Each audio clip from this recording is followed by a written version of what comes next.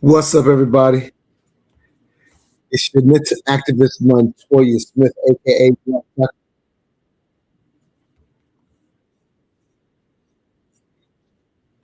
Uh-oh. About to get this thing started. I got my brother Sinsear in here. Let me take this banner down, add this to the thing, and we're gonna get this conversation started. We got a quick conversation with my brother from another mother, Sincere, aka Derrick Clark, the author of the 30 Love Laws. Let me get this banner down. Give me a second, y'all. Moving a little slower than I need to on the technicalities. There we go. What's up, brother? How you doing? Oh man, shoot, brother, we elevated, man. Shoot, As glad to always. be here with you. Shoot, Nah, man, good stuff, celebrating my brother. queen's birthday today. Oh, happy birthday to the queen. Well, we're gonna keep this one short then. Let me get you back to the queen because I know how important she is in your life. And just highlighting, in a sense, a lot of us out here trying to copy what you and your queen got going here with this Black Love Dialogue podcast, private experience. So it is a different experience. And so I just wanted to basically introduce the audience as we prepare for January 25th, 8 p.m., the kickoff of the Black Love Dialogue, a private podcast experience. I wanted to introduce him to my amazing co-host like yourself, like I've been doing all week. And so, Cecilia, thank you for being with us.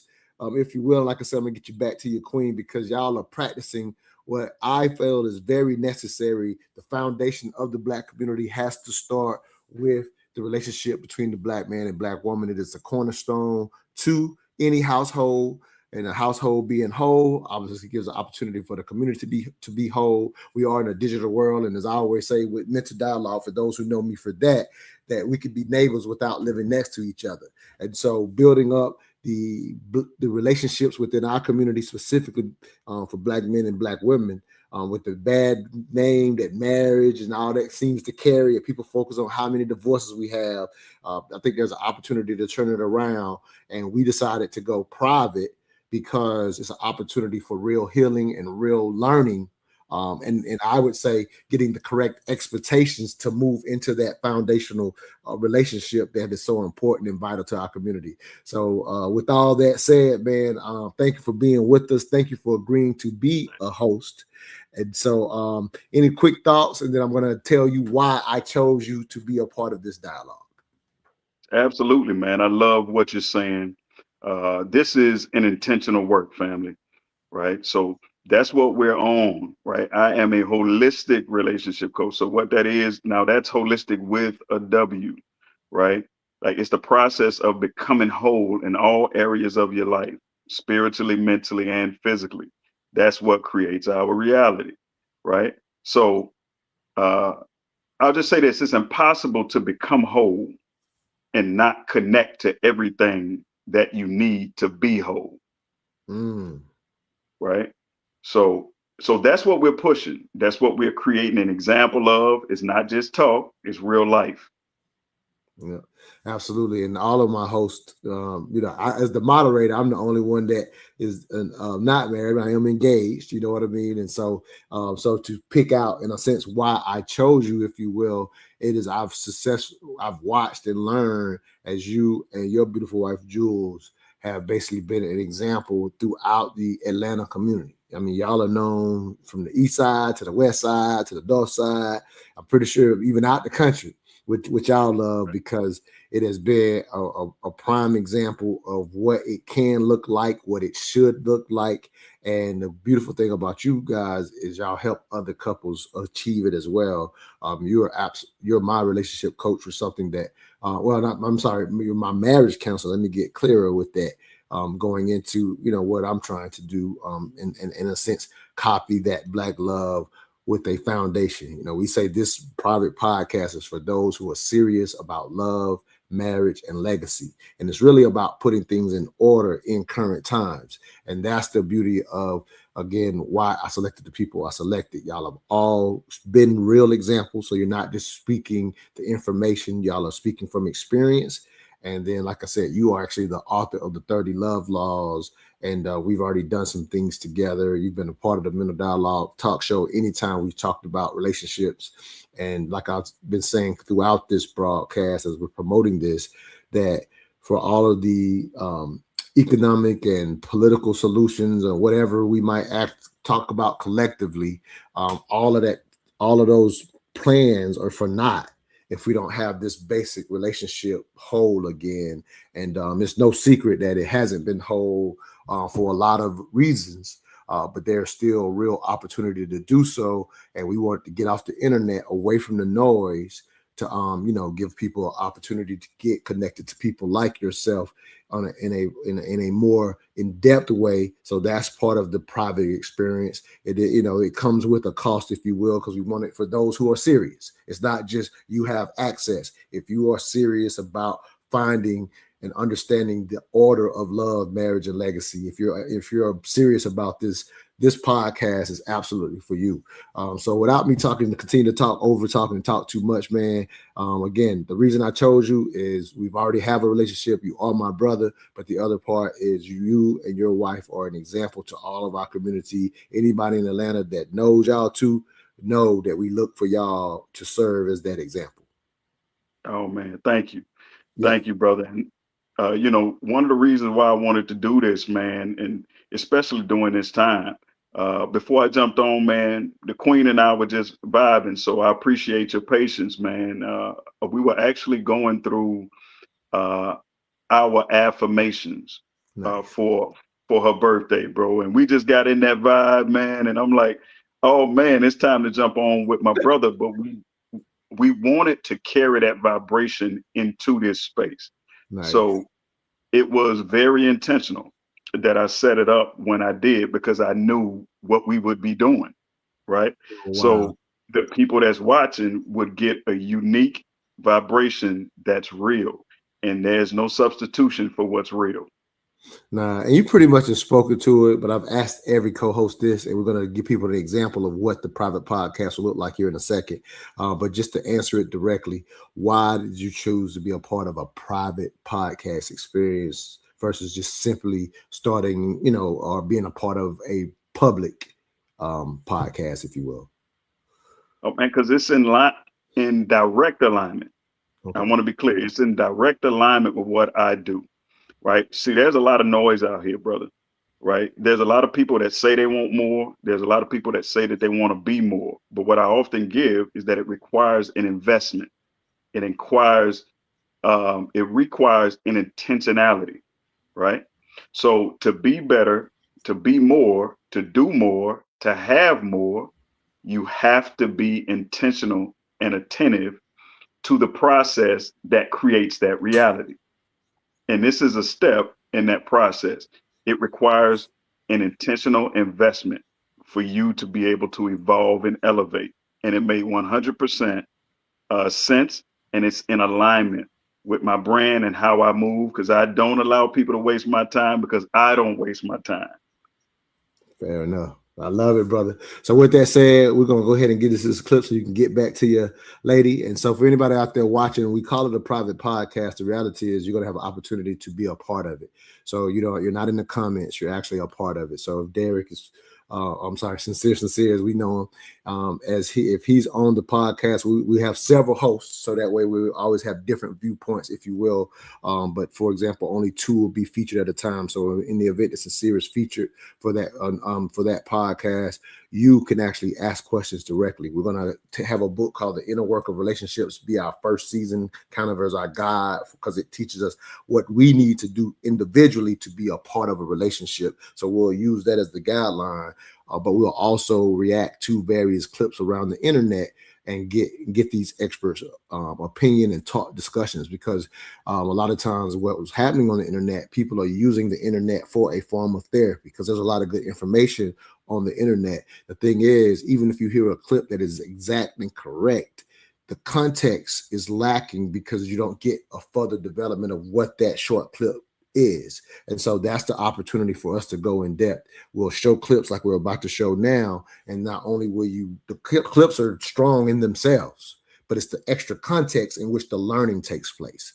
And so that's what we're going to be doing with the private podcast. So here's a quick example. I'm going to share this clip. Sinsear has not seen it, so you're still getting a natural, authentic reaction from an expert, for someone, again, who guides and helps couples get this thing called Black love as strong as it needs to be, you're getting that expert opinion. But this is a great clip in itself.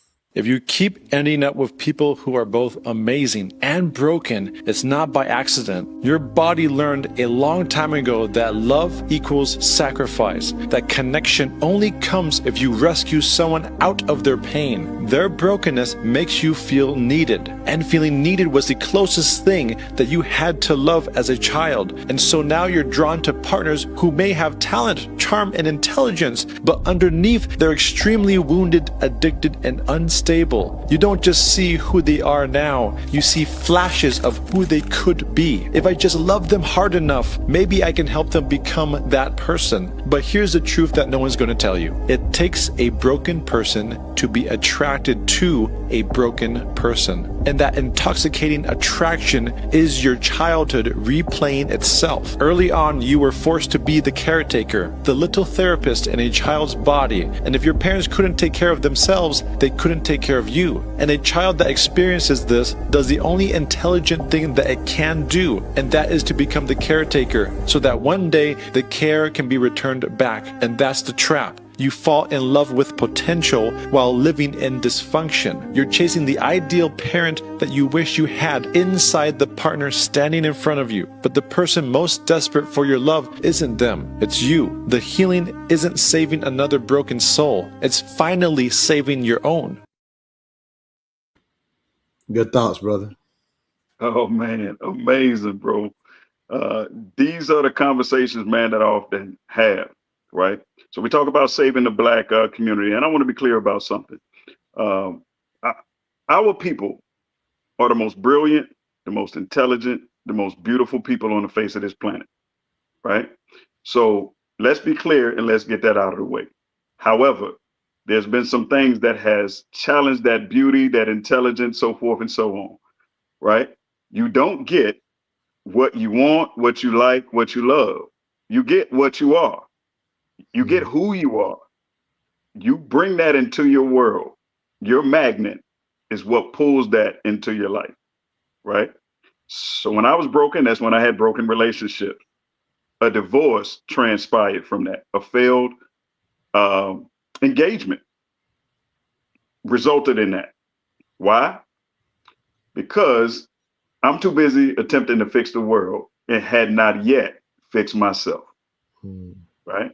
So now the reason that I'm happily married is because I became the reflection of what I needed to see in the world. I did. I changed the world by changing myself.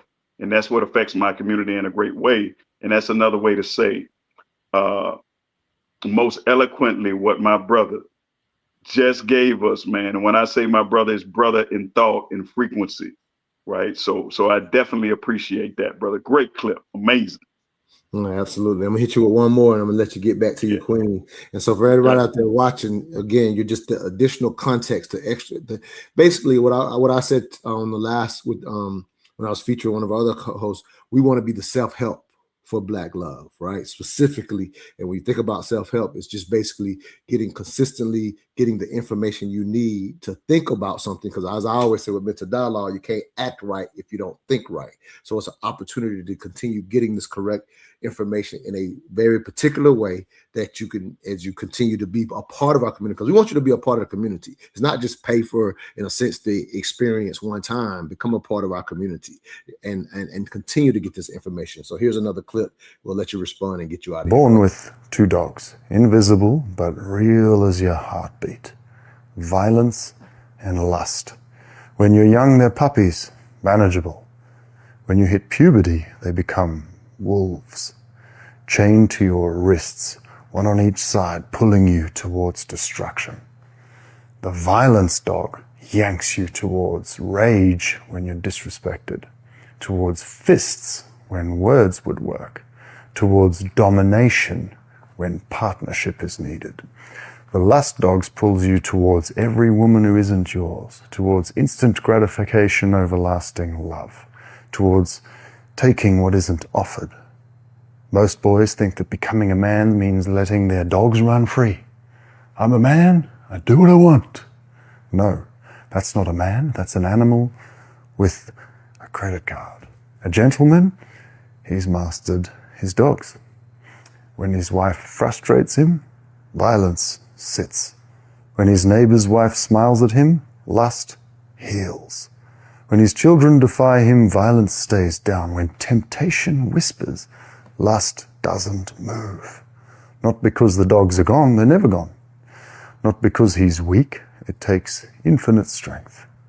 But because he's decided, I control them, they don't control me. Every man who hits his wife, his violence dog is off the leash. Every man who cheats, his lust dog is running wild. Every man who destroys his family, he never learned to hold the leash. Here's what I tell my sons.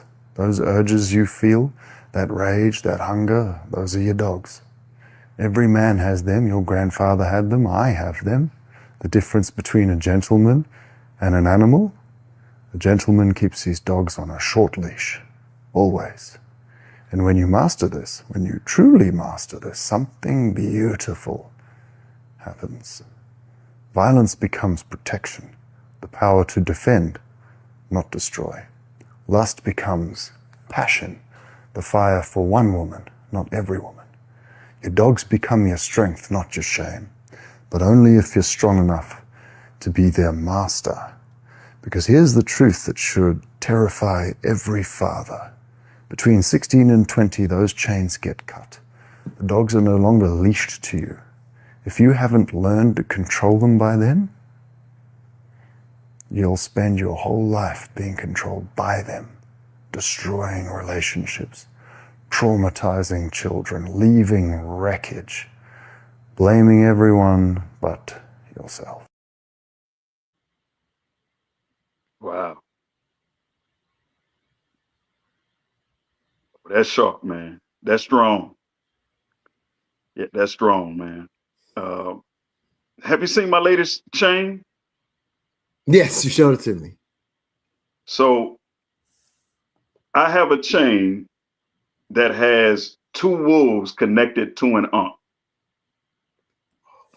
Yep. That illustrates that same exact thing. Now, some people, they'll take a look at information and they'll put a color with it because of who's giving the information, right? So as a student of the spook who sat by the door, information has no color. Information has a purpose. So I want to share that because we're on the Black Love Dialogue. So we want to be very transparent with everything. Absolutely. There's no such thing as information that cannot be used. Our great ancestor, Malcolm X, would study opposing thought processes, ideas, ideologies, and philosophies, right? My greatest teacher. To sharpen himself. Absolutely, bro. That's why I mentioned the name. That's why I mentioned the name, man. And that is becoming a master, a wise resource in our community. So I love that, man. See, I was taught by brothers early on in my life that were gentlemen and gangsters, right? So one of the things that I was taught is that the gentleman is what protects the gangster. It's not the gangster that protects the gentleman in everything in his circumference, right? So just like he said, rage destroys. And to be a master, you have to learn adjustment to your environment. What's needed in the environment, who's needed in the environment, right? And that's what connects me to being an awesome husband, as my wife calls it. I can't be the judge on whether or not I'm a great husband. That has to come from my wife, even though I carry the title. And that's based on action, that's based on thoughts, ideas, and being a leader. As my first client, as me being my first client, right? That says that I'm able to project a level of reality into the world that's often driven by narrative and documentation over being and doing, right? Absolutely. So I just leave it there, my brother. Awesome clips. No, absolutely. Awesome. It makes me think of my favorite saying, just because you got a dick don't mean she's supposed to submit. Bro. You got to control them dogs. before you even have a chance for her to even allow you to lead. It's still governance, as you mentioned, that's given. Like I said, your wife says that you are this. It's not something that you can claim. It's not something you can speak to. She has to crown you as such. And so, and I am glad to be learning from you, in our counseling sessions. And hey, this is what we're going to give people exposure to. Clips like that, deeper dialogues. People can ask the questions. It's no performance inside of this private podcast experience. January the 25th, 8 p.m. Stay tuned. We put the banner up and we'll get out of here. This is go follow us on the Black Love Dialogue Instagram. That's going to be our feature page. We will have a YouTube page, but it'll be just for promotions. You have to, be a part of the actual experience. Pay for the private podcast experience. The next time you see Sinsear, we'll actually have that information on. We'll do one more of these before we get started on the 25th. And we'll have the information for how you can be a part of the private podcast experience. Let me stick up this banner and get this brother out of here. Thank you, Sinsear, once again for your time. If you want to share with them how they can follow you or anything like that, please get that off, and then we're out of here. Absolutely. So if you are a couple, my wife is the visionary behind Honeymooning Forever, spelled out Honeymooning Forever, period. Right. So you can tap in with us there, as well as you can tap in with myself, Sinsear, Sinsear.